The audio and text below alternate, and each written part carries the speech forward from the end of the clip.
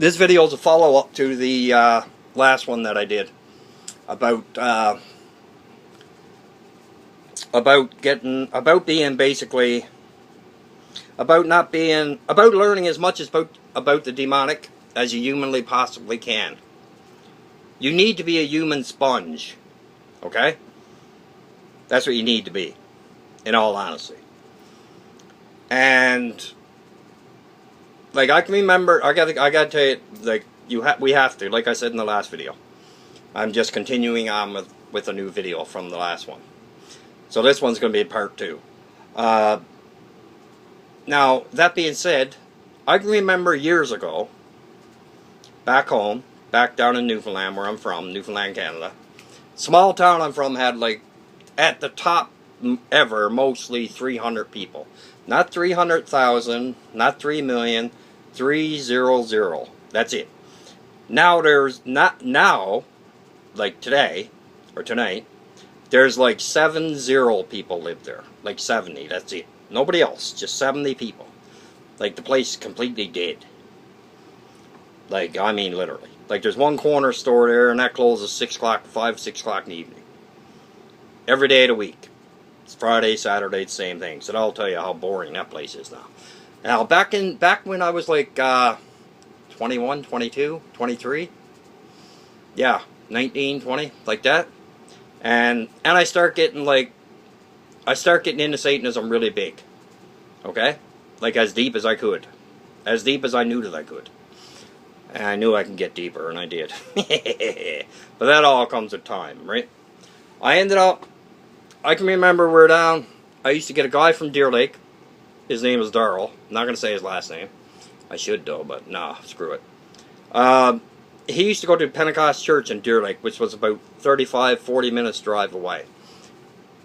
Every day of the week, he would bring me home a Pentecostal Bible. King James Version, to be exact.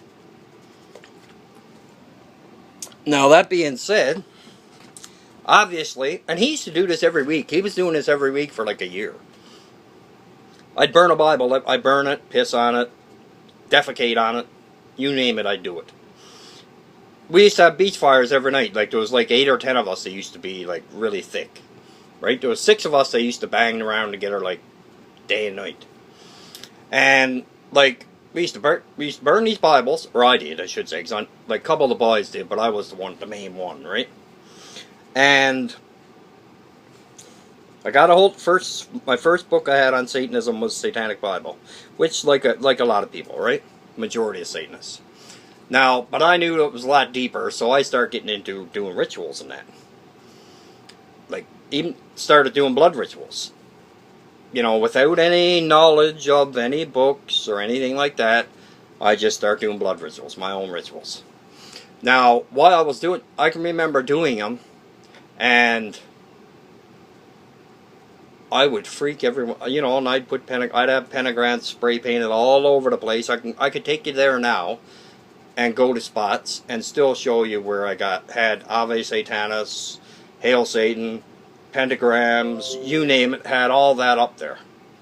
And it's still there, like in spots. There's certain spots that they still are there. And that was years ago. Now, that being said, I ended up, of course, I was the devil of the community. Because they're all religious there, right? They're all so-called Catholic, Anglican, United, all that.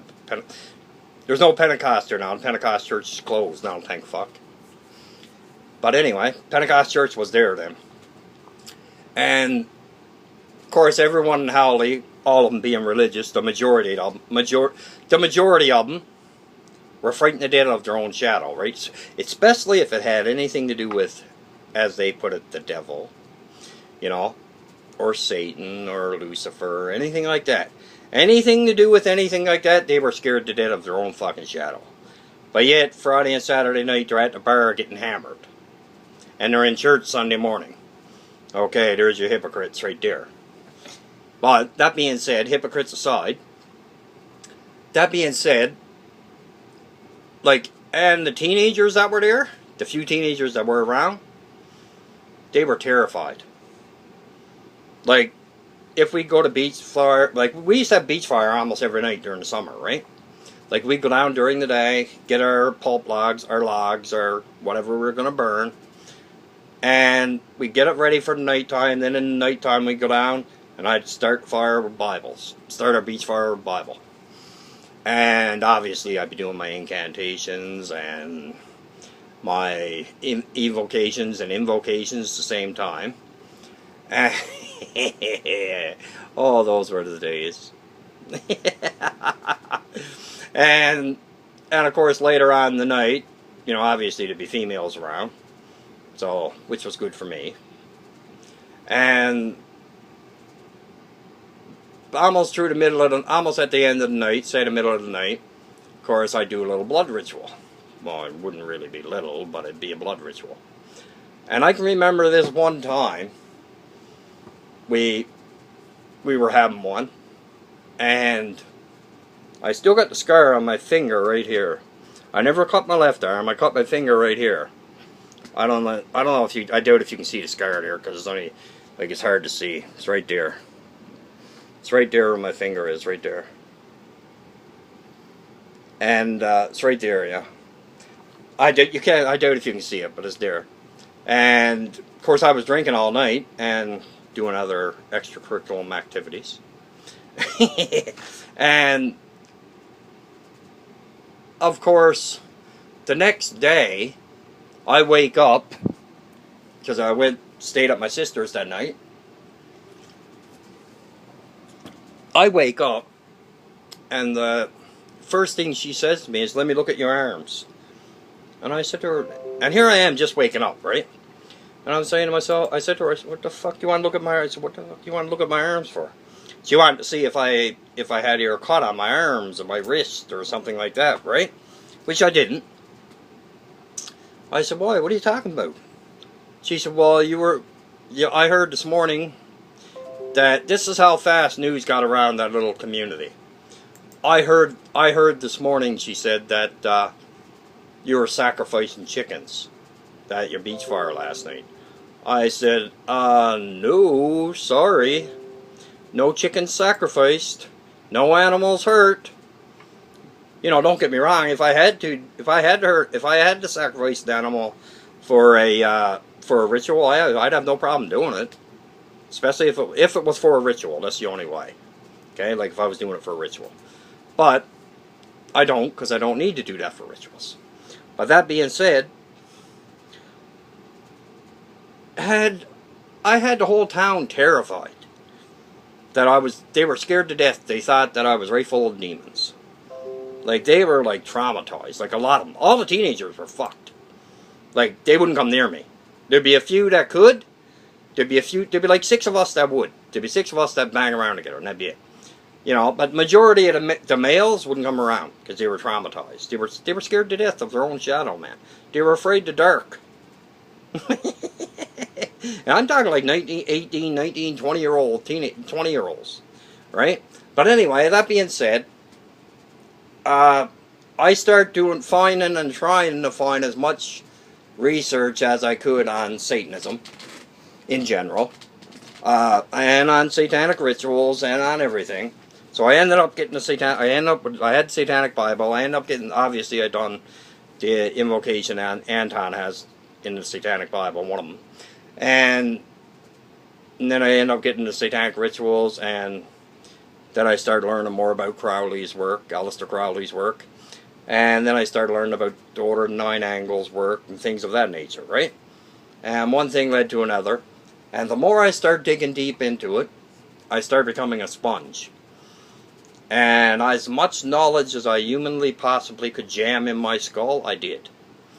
And to this day, I still do the same thing. Like, if I'm working with an ancient god, say like I said earlier, say I'm working with Lord Behelbegor, or I'm being drawn to work with Lord Behelbegor, I want, and I know I need, to learn as much as I humanly possibly can to work with Lord Behelbegor. I need to. I don't just go in blindly and, you know nothing. Because that's where people come into problems. Because if And like I mentioned earlier, I'm not sure I said it in this video or last video, but like I said earlier, a lot of people make that mistake because they go in, they do a ritual invocations to a certain ancient god, I'll say Lord Behelbegor, with all due respect. They do rituals, okay? First time ever doing them. They never done them before. And they start working with an ancient god that they don't know nothing about. All they know is his name. And they probably can't spell that right. But all they know is his name. Now that being said, all they know is his name, and they still don't fucking know anything about him. So, what that ancient god, what that demon or demoness does, that'll go off in a second. What that demon or demoness does to teach that person a lesson is either go himself or send one of his legions to them to scare the shit right out of them. To say, listen, you called me for a reason. Now, what's the reason? We do not, when you call on ancient gods, when you call on demons and you're communing with them, if you're doing a ritual to, say, Lord Behelbegor, you better have the questions that you want, the questions that you need to ask them, you better have them either right in front of you on a piece of paper or have them seared into your brain, into your dome. You better. And that's with any demon or any demoness. We have to, they hate waiting. And I don't blame them. I really don't, because I hate it too. You better have whatever questions you're going to ask them ready right on the spot. Just in case they do decide to show up. Or even if they send one of their legions. Or just in case they decide to do a full body manifestation. Which does not happen very often, by the way. It is very seldom, and I mean very seldom. And if you think I'm lying, ask S. Connolly. Or read some of her works. It is very, very, very seldom like that you are going to get a full body manifestation of an ancient god, of a demon. Now it happens, don't get me wrong, it happens, but it's not an every night occurrence or every day occurrence. And if anybody says it is, they're fucked up here. They got serious psych issues, and I don't care who it is. Every time you do an invocation or an evocation, a demonic King Asmodeus or Queen Lilith, Lord Behelbegor, and King Lucifer, Father Satan himself, any of the ancient gods or goddesses, they're not going to show up and stand in front of you or stand alongside you. You might feel their presence. Their presence might be there, and that way you know they're there. Or you might see your candles doing something totally out of whack that they never do. Or you might see, you know, anything, depending on how you're doing it, right? Because you could be using a scrying mirror, right? But I will say this, you better have your questions ready, what you're going to ask them. Because if you don't, they're not going to be too happy. And that's one thing you do not want. You do not want to you do not want to call an ancient god, or you do not want to call a demon and a demoness and have them, and in case they did do a full body manifestation, which does happen, but it's very rare. It's not an everyday occurrence, and anybody to say it is full of shit, and I don't care who they are. I really don't. Anybody that says every time they do an invocation or an evocation, they have a full body manifestation of a demon, is lying right through their teeth. And I don't care if they've been on this path a million years, or how popular they are, or whatever, I'm just saying. But, that being said, we have to learn as much as humanly possible about whichever ancient god or ancient goddess that we're working with. And it doesn't matter which one. We truly do. And I'm not just saying that, I really do mean it. Because I've been working with Lord Asmodeus for a nice while now. And I still search every day for new things that I don't know, that I had no idea about King Asmodeus. And he's my patron demon. Now, I can tell you that right now. And there's always going to be new things that you're going to learn about your patron and matron demon. Always. It doesn't matter. Whichever demon and demoness you're working with, or planning on working with, do as much research as you humanly possibly can to do it. Don't be lazy. Because if you're lazy, number one, they're either not going to show up, or not going to give you any indication that you exist to them. Or number two, they're going to scare the shit living hell. They're going to scare you to death, pretty much. Or they're going to teach you a bad lesson for not doing your homework. So either way, it's going to be bad on your end. So with that, I'll let everybody go. Hail Satan, hail Lucifer, hail Lord Belial, hail Lord Leviathan, hail beautiful Queen Lilith, hail great King Asmodeus. I'll talk to you next, guys. Ave Satanis.